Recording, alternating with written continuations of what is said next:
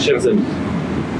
Depuis 78 ans, nous commémorons l'anniversaire de la libération de notre ville par les troupes de la 3e division d'infanterie de l'armée des États-Unis le samedi 26 août 1944. Je remercie au passage le capitaine Stoy de l'armée américaine pour cette gentille lettre qui souligne la valeur de la mémoire et de la transmission du sacrifice de nos soldats et ceux des deux côtés de l'Atlantique. Si nos alliés américains n'ont malheureusement pas pu être présents aujourd'hui, Orange sait toute l'importance accordée par les États-Unis à la célébration de cette victoire, acquise au prix du sang et du sacrifice de nombreux braves sur notre bonne terre de France au nom de la liberté.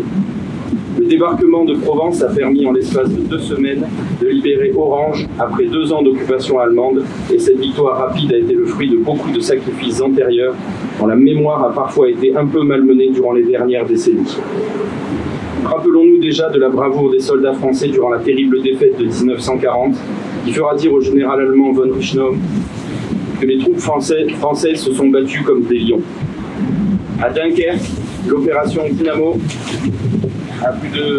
permettra à plus de 210 000 militaires canadiens et britanniques et à plus de 120 000 Français, soit 85% des troupes, d'évacuer vers l'Angleterre, là où Churchill n'espérait en sauver environ que 10%. Cela grâce au sacrifice de 16 000 soldats français morts pour la France et de 34 000 autres faits prisonniers en se battant jusqu'au bout pour sauver leurs camarades et permettre, 4 ans plus tard, le débarquement de Normandie puis de Provence. Rappelons aussi le courage des résistants français qui s'illustreront partout, y compris en Afrique du Nord et dans les départements annexés par le Reich. Je pense notamment au capitaine Étienne Dorve, mort fusillé au Mont-Valérien en 1941 pour fait de résistance. Refusant la défaite, il gagnera Londres avant de revenir à Nantes pour organiser la première liaison radio entre la France occupée et l'Angleterre. Ce sont ces combattants de la liberté agissant dans l'ombre et au mépris de leur sécurité qui ont été les premiers acteurs de la victoire. La libération d'Orange et de la France en général est donc le fruit de nombreux combats et de beaucoup de sacrifices.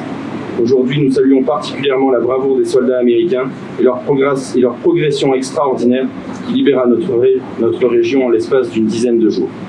Mais notre devoir de mémoire nous oblige aussi à honorer tous les combattants qui rendirent cette victoire possible et à méditer sur leur exemple.